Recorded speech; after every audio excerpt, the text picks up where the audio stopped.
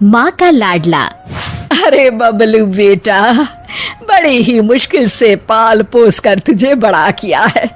तू जानता है, एक बार घर में दूध सिर्फ 1 गिलास ही बचा था। फिर माँ, फिर क्या हुआ? बेटा, चाय पीने का मन था, लेकिन मैंने ना पूरा ग्लास का दूध तुझे पिला दिया।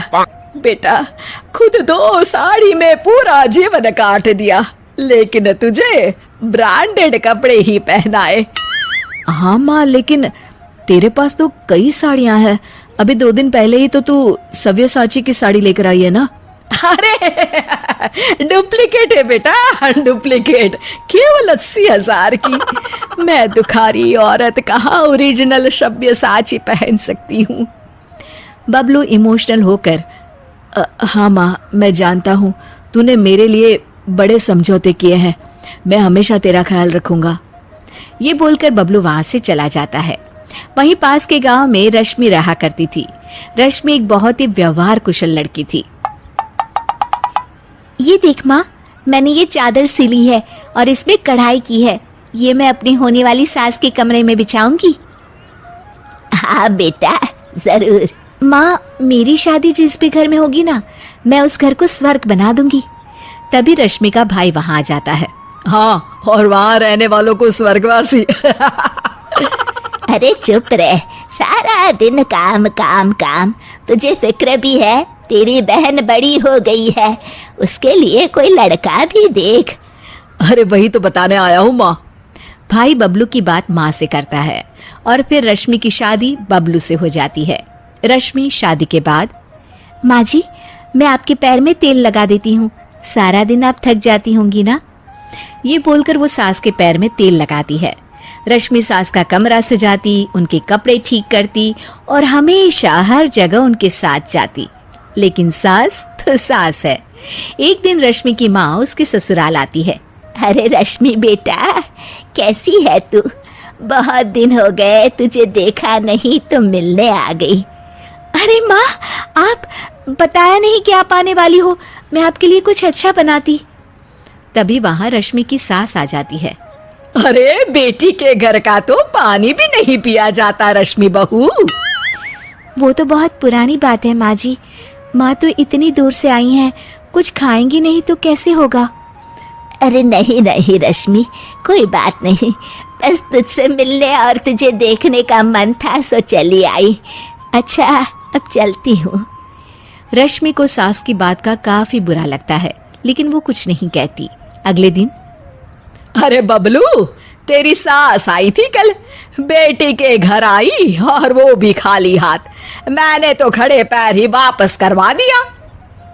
ठीक किया माँ, आप जो कहेंगी करेंगी, वो कभी गलत हो ही नहीं सकता। रात में रश्मि बबलू के कमरे में आने का इंतजार करती है। आज तो मैं इनसे पूछ कर ही रहूंगी, ये क्या तरीका होता है। मेरी माँ इतनी दूर से आई और बिना कुछ खाए पिए चली गई। बबलू की माँ बबलू को कमरे के बाहर ही रोक लेती है। अरे बबलू बेटा, जरा पैर तो दबा दे। माँ, मैं थक गया हूँ, रात काफी है, कल दोपहर में रश्मि दबा देगी। हाँ हाँ, तेरे लिए तो रात हो गई।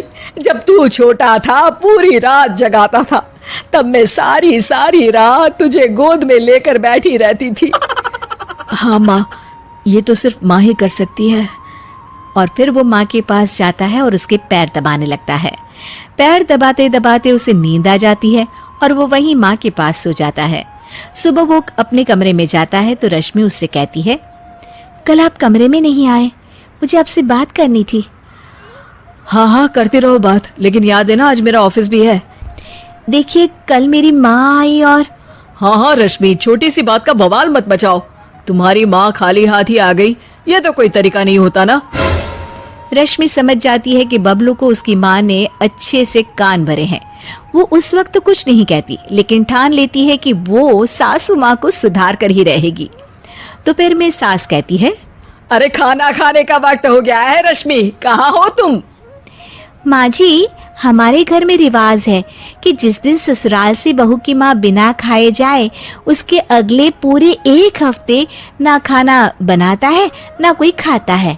ये बोलकर रश्मि वहां से चली जाती है। सास किसी तरह खाना बनाकर खाती है। अगले दिन अरे रश्मि, मेरे पैर में दर्द है, जरा तेल तो लगा दे। अरे माँ जी, मेरे खुद के हाथ में दर्द है, मैं कैसे तेल लगा सकती हूँ, खुद ही परेशान हूँ। ये बोलकर वो फिर वहां से चली जाती है। सास परेशान होकर अपनी बेटी को बुलाती है कि वो रश्मि से बात करे। अगले दिन ननद कहती है, अरे भाभी, माँ की चाय का वक्त हो गया है, क्यों कोई उन्हें चाय नहीं देगा क्या? अरे आप ही दे दीजिए ना ननद जी, मैंने तो रोका नहीं कि किचन में ना जाए। ननद जाकर सारी बात बबलू को बताती है। अरे रश्मि, तुम्हें क्या हो गया है? क्या तुम भूल गई कि ससुराल में कैसे रहा जाता है? नहीं जी, बिल्कुल नहीं भूली मैं, लेकिन जहाँ मैं बेटी बनकर रह रही हूँ, हर किसी का ख्याल रख रही हूँ, वहीं मैं अपनी माँ की बेइज्जती भी बर्दाश्त नहीं कर सकती। हाँ माँ, भाभी तो सही कह रही है, इज्जत लेने के लिए सबकी इज्जत भी करनी जरूरी है। अगर मेरे ससुराल से मैं तुम्हें ऐसे भगा देती तो। अब समझ गई, माफ कर दो मुझे। रश्मि ने बहुत अच्छे से घर को चलाया, अपना समझ कर रही, और इतना ही नहीं, बबलू से ज्यादा ख्याल भी रखा। लेकिन मेरा भी फर्ज था कि मैं उसकी भावनाओं को समझती। मुझे माफ कर दे बहू।